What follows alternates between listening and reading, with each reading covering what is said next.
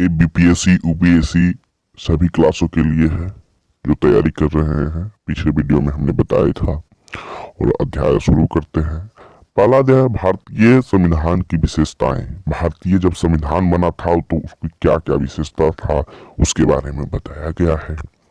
भारतीय संविधान भारत के दीर्घकालीन और गौरवपूर्ण इतिहास में एक युग के अंत और दूसरे युग के प्रारंभ का सूचक है।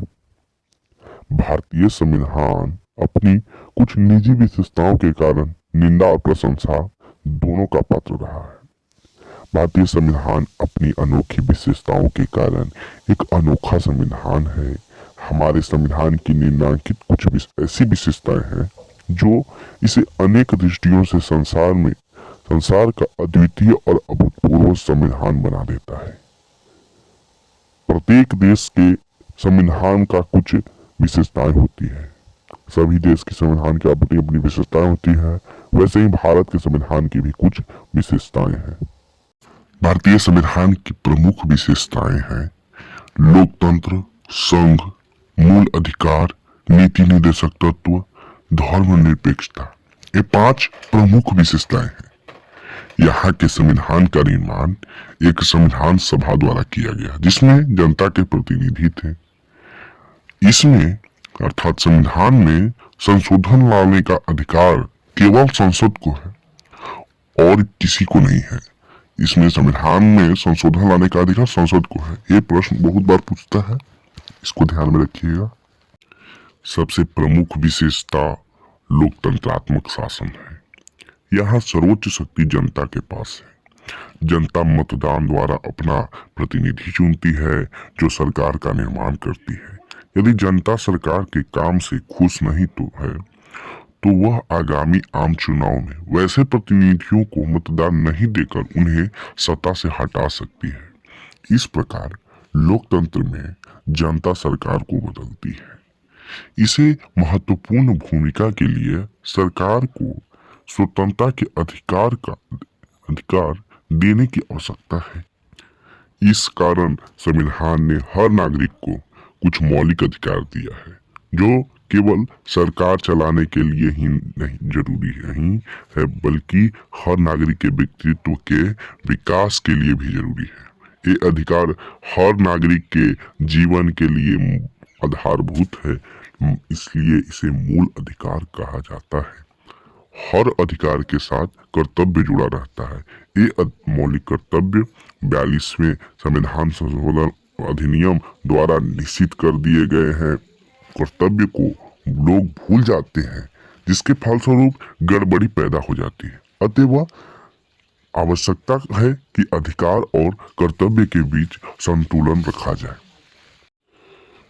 मौलिक अधिकार और मूल कर्तव्य का संविधान में विवरण भाग 3 में मौलिक अधिकार का विवरण मिलता है और मौलिक कर्तव्य का भाग 4 के ए में मिलता है। मौलिक अधिकार 12 से लेकर 35 तक बताया गया है, जबकि मौलिक कर्तव्य 51 के ए में रखा गया है। भाग 4 के 51 के ए में रखा गया है। अगर आप लोग चाहते हैं कि मौलिक अधिकार और मौलिक कर्तव्य का वीडियो भी आए तो कमेंट करके हमें बताइए और हम वीडियो जरूर लाएंगे। मौलिक अधिकार और मौलिक कर्तव्य के बारे में अनुच्छेद के लिए भी वीडियो हम लाएंगे। अधिकारों के अतिरिक्त लोगों की स्थिति में सुधार लाने के लिए कुछ निर्देश दिए गए हैं जो राज्य के कर्तव्य की तरह है। राज्य को शासन के लिए नीति बनाते समय उन निर्देशों पर विशेष ध्यान देना है। सरकार का यह कर्तव्य है कि कानून बनाते समय इन निर्देशों को लागू करने का प्रयास करे। यह सभी के कल्याण की बात है, जैसे पंचायतों का विकास। यह राज्य का नीति निर्देशक तत्व कहा जाता है। ये निर्देश सामाजिक परिवर्तन की ओर उन्मुख है। नीति निर्देशक तत्व भाग 4 के 36 से लेकर 51 तक इसकी व्याख्या किया गया है। नीति निर्देशक तत्व अर्थात डीपीएसपी का लोगों के अधिकार का अतिक्रमण किया जाता है तो वे न्याय के लिए न्यायालय में जा सकते हैं। हाई कोर्ट, सुप्रीम कोर्ट जा सकते हैं। उच्चतम न्यायालय अधिकारों का रक्षक है। यह सभी को फैसला सुनाता है। यह संविधान की रक्षा करता है तथा लोकतंत्र की स्थापना में मदद करता है। इस तरह यहाँ एक स्वतंत्र न्यायालय का गठन किया गया है। स्वतंत्र न्यायालय उसे कहते हैं जो सरकार के अन्य दो अंग विधायिका और कार्यपालिका से स्वतंत्र होता है। अब हम उच्चतम न्यायालय सुप्रीम कोर्ट के बारे में पढ़ते हैं। यह भारतीय एक संघीय राज्य है। यह राज्यों का एक संघ है। यहाँ दो तरह की सरकारें हैं, केंद्रीय सरकार और राज्य सरकार। भारत अर्थात इंडिया राज्यों का एक संघ है। अनुच्छेद 1 में इसका विवरण मिलता है। यानी राष्ट्रीय स्तर की सरकार के साथ राज्य स्तर पर भी सरकारें हैं। देश में 28 राज्य और 7 केंद्र शासित प्रदेश हैं। हर राज्य की अपनी सरकार है। राष्ट्रीय स्तर की सरकार को केंद्रीय सरकार भी कहा जाता है। केंद्रीय एवं राज्य सरकार के अपने अधिकार हैं जिन्हें संविधान में स्पष्ट लिखा गया है। केंद्रीय सरकार के कुछ क्षेत्र में राष्ट्रीय महत्व के विषय को रखा गया है, जैसे विदेशी संबंध, रेल, डाकघर आदि। संघीय सरकार को कुछ विषयों पर कानून बनाने का अधिकार दिया गया है। जिस सूची में इन विषयों का उल्लेख है उसे संघ सूची कहते हैं। क्षेत्रीय विषय जैसे लोक स्वास्थ्य, जेल, कृषि आदि राज्य सरकारों के अधिकार में है।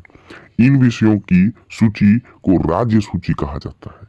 तीसरी सूची भी है जिसमें दिए गए विषयों पर संसद और राज्य के विधानमंडल दोनों कानून बना सकते हैं। इस सूची को हम समवर्ती सूची में रखते हैं। यह कहा जाता है साधारणतः संघात्मक राज्य में दोहरी नागरिकता पाई जाती है। क पूरे संघ की नागरिकता, ख प्रत्येक राज्य की नागरिकता। परंतु भारत में एकहरी नागरिकता का प्रावधान है। राज्य का पृथक नागरिकता नहीं होती, केवल एक नागरिकता है। भारतीय संघ के अंतर्गत प्रत्येक राज्य के नागरिक को एक प्रकार की नागरिकता का अधिकार प्राप्त है। ऐसे नागरिक के निश्चित अधिकार और दायित्व हैं। उन्हें मत देने का अधिकार है, मतलब वोट देने का अधिकार है। दूसरी ओर उसका यह उत्तरदायित्व है कि वह अपने अधिकार का ठीक उपयोग करे। इस तरह नागरिकता एक विशेषाधिकार है जो भारत के हर नागरिक को दिया जाता है। यह अधिकार वैसे व्यक्तियों को नहीं प्राप्त है जो भारत में रहते हो परंतु विदेश से विभिन्न उद्देश्यों से यहाँ आते हो। संविधान ने राज्य को धर्मनिरपेक्ष रखा है। यहाँ सभी धर्म बराबर है। किसी धर्म के प्रति कोई भेदभाव नहीं है। किसी धर्म विशेष का पक्ष नहीं लिया जाता है। इसमें राज्य धार्मिक मामलों के प्रति पूर्णतः तटस्थता की नीति अपनाता है। संविधान की प्रस्तावना में 42वां संविधान संशोधन के द्वारा भारत को एक धर्मनिरपेक्ष राज्य घोषित करके इस बात का संकल्प लिया गया है कि राज्य सभी प्रकार के धार्मिक मामलों में तटस्थता की नीति अपनाते हुए सभी नागरिकों को धार्मिक स्वतंत्रता का अधिकार देगा। लेकिन इसका तात्पर्य यह नहीं है कि भारत में राज्य अधार्मिक या ईश्वर विरोधी होगा। भारतीय संविधान विश्व शांति का समर्थक है। संविधान में स्पष्ट कहा गया है कि भारत अंतर्राष्ट्रीय शांति एवं सुरक्षा के लिए प्रयत्नशील रहेगा। वैदेशिक नीति का अधिकार विश्व शांति है।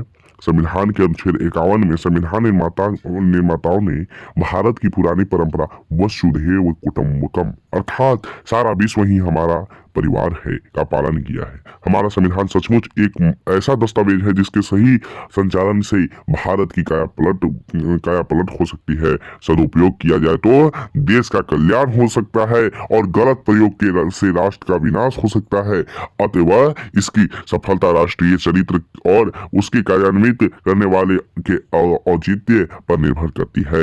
एक अमेरिकी न्यायाधीश होम्स का विचार बिल्कुल सही है कि संपूर्ण जीवन की तरह इस संविधान का भी एक प्रयोग है और इस प्रयोग की सफलता बहुत कुछ प्रयोगकर्ता की बुद्धिमत्ता पर निर्भर करती है। और इसी के साथ हमारा पहला अध्याय समाप्त होता है। अब हम लोग क्वेश्चन कुछ देख लेते हैं। पहला क्वेश्चन है, इसको आप लोग को सोल्व करना है। लोकतांत्रिक सरकार से आप क्या समझते हैं? कुछ अधिकारों को मौलिक अधिकार क्यों कहा गया है? राज्य के नीति तत्व को क्या तात्पर्य है?